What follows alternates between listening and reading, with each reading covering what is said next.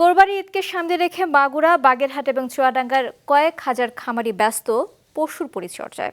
এবছর গোখাদ্যের দাম বেড়ে যাওয়ায় খরচ হয়েছে বাড়তি বলেন খামারিরা। বিস্তারিত দেখুন ডেস্ক রিপোর্টে।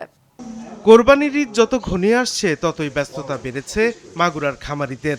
জেলার ৭,৫০০-এর বেশি খামারে এবার প্রায় ৭৭,০০০ পশু প্রস্তুত করা হয়েছে, যা চাহিদার চেয়ে প্রায় ১৪,০০০ বাড়তি। এবছর গোখাদ্যের দাম বেড়ে যাওয়ায় পশুপালনে খরচ বেড়ে গেছে।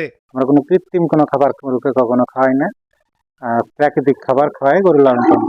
গম, ভুট্টা এগুলো মিক্স করে ভাঙায় নিয়ে আসে ওগুলোই খাওয়াই। এদিকে বাগেরহাটে শাহিওয়াল, ফ্রিজিয়ান ও দেশি জাতের গরু মিলিয়ে ৭,২০৮টি খামারে পুরোদমে চলছে পশুর পরিচর্যা। এবার জেলায় কোরবানির জন্য প্রস্তুত করা হচ্ছে প্রায় ৮৫,০০০ পশু। প্রায় ১৫ কেজি মতন খাবার একটা গরুর পিছনে যায় প্রত্যেক দিন।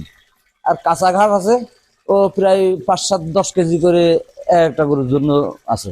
আকার ভেদে ১ লাখ থেকে ৫০ লাখ টাকা পর্যন্ত গরুর দাম হাঁকা হচ্ছে চুয়াডাঙ্গার খামারগুলোতে। কার কাছে শিখলাম? এই যে রাধুনী রেডিমিক্স গরুর মাংসের মশলা, গরু রান্নায় গুরু হওয়া কোনো ব্যাপারই না। জেলায় প্রায় ২ লাখ পশু প্রস্তুত করা হয়েছে কোরবানির জন্য। উন্নত জাত যেগুলো আমাদের ছোটবেলায় কিনতে হয় বেশি দিয়ে, তারপর ওদের খরচও বেশি। বাংলাদেশে প্রচুর গরু আছে, কোরবানি দেওয়ার পরও অনেক গরু রিজার্ভ থেকে যাবে ইনশাল্লাহ। অন্যদিকে শেরপুরে এরই মধ্যে জেলার বিভিন্ন স্থানে বসেছে কোরবানির পশুর হাট।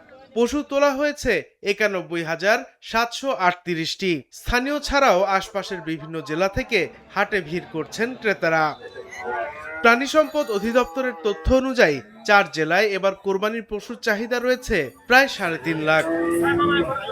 সাদিকুর রহমান সিদ্দিকী, মাছরাঙা, নিউজ ডেস্ক।